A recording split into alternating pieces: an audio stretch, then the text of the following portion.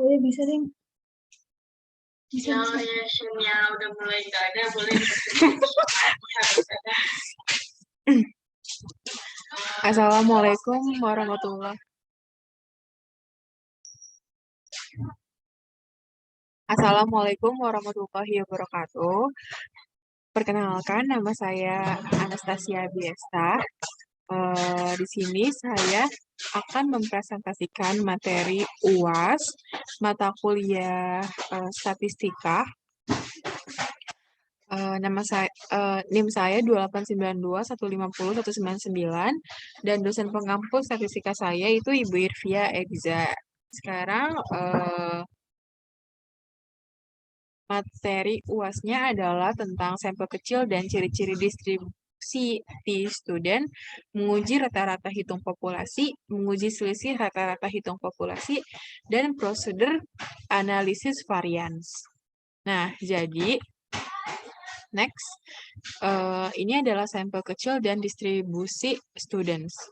Nah, jadi distribusi sampel itu memperlihatkan hubungan antara probabilitas statistik dan nilai statistik. Tentu semua sampel size diambil menggambarkan populasi. Nah, jadi sifat distribusi sampel, jika sampel random diambil dari populasi normal dengan mean-nya dan varian, apabila populasi berdistribusi normal, distribusi sampel harga mean juga akan berdistribusi normal. Maka berlaku persamaan Z, yaitu distribusi sampel sama dengan X kurang mean per SE. Walaupun populasi berdistribusi sembarang, jika sampel diambil berulang-ulang, maka distribusi harga meannya akan membentuk distribusi normal. Nah, standar deviasi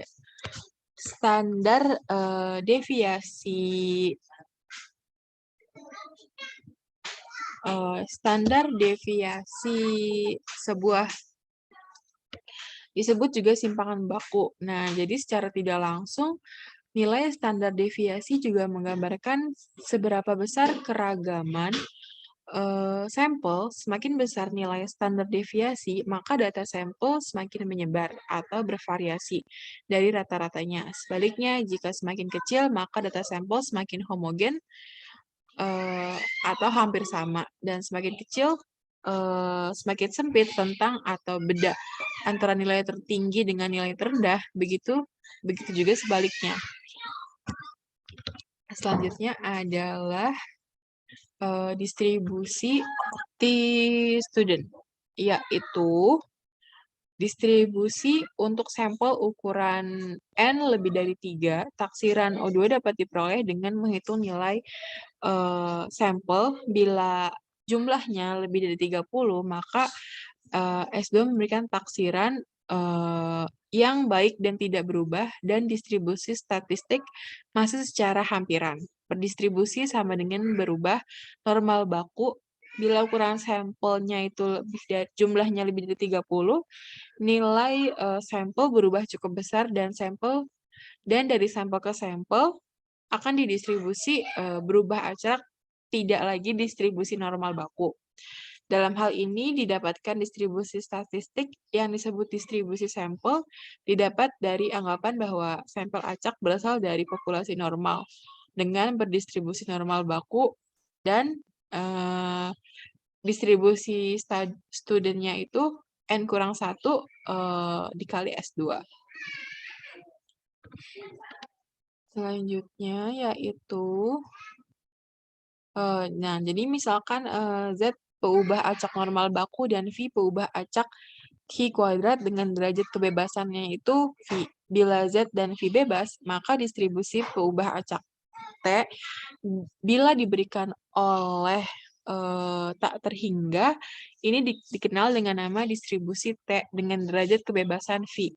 Distribusi Z dan V berbeda karena variasi T bergantung pada ukuran sampel, dan variasi ini selalu lebih besar dari 1. Hanya bila ukuran sampel N, kedua distribusi menjadi sama.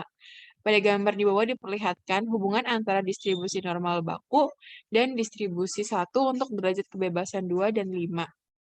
Karena distribusi T setangkup terhadap rataan 0, maka nilai T yang luas sebelah kanannya 1 minus A atau luas sebelah kirinya itu A sama dengan minus nilai T yang luas bagian kanannya A. Panjang selang nilai T yang dapat diterima tergantung pada bagaimana pentingnya mean. Bila mean ingin ditaksir dengan ketelitian yang tinggi, sebaiknya gunakan selang yang lebih pendek seperti T-nya itu 0,5 sampai T-nya 0,05.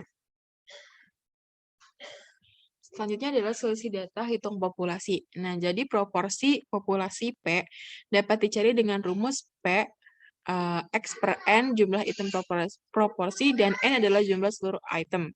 Sebagai contoh, total mahasiswa adalah 100 orang. Jika 30 mahasiswa diantaranya merokok, proporsi mahasiswa yang merokok adalah 30/100 atau 30%. Nah, proporsi populasi ditulis sebagai P dan proporsi sampel ditulis dengan P kecil. Proses pembentukan distribusi sampling ini sama dengan distribusi sampling rata-rata yang telah dibahas sebelumnya.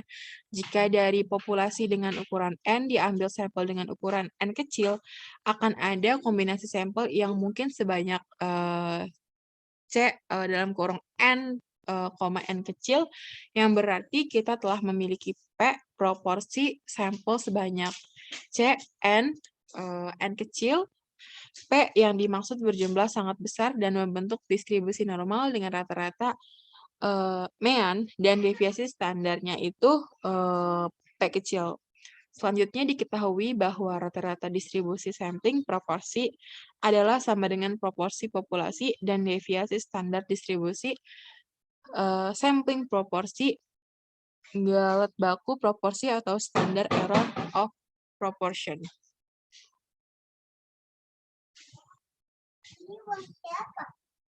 Selanjutnya yaitu analisis varians. Jadi analisis varian adalah suatu metode analisis statistika yang termasuk ke dalam cabang statistika inferensi. Dalam literatur Indonesia, metode ini dikenal dengan berbagai nama lain seperti analisis ragam, sidik ragam, dan analisis variansi. Merupakan pengembangan dari masalah Behrens-Fisher sehingga UGF juga dipakai dalam pengambilan keputusan.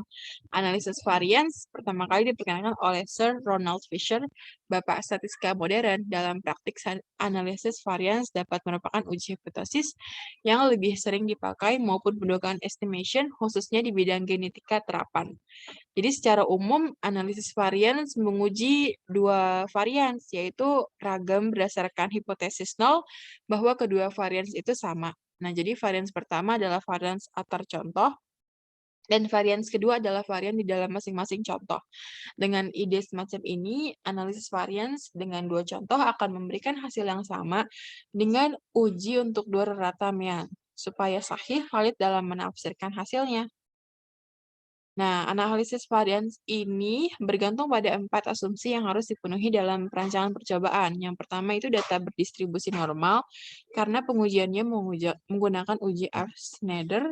Varians atau ragamnya homogen, dikenal sebagai homoscedasticitas karena hanya digunakan satu penduga untuk varians dalam contoh. Masing-masing contoh saling bebas yang harus dapat diatur dengan perancangan percobaan yang tepat.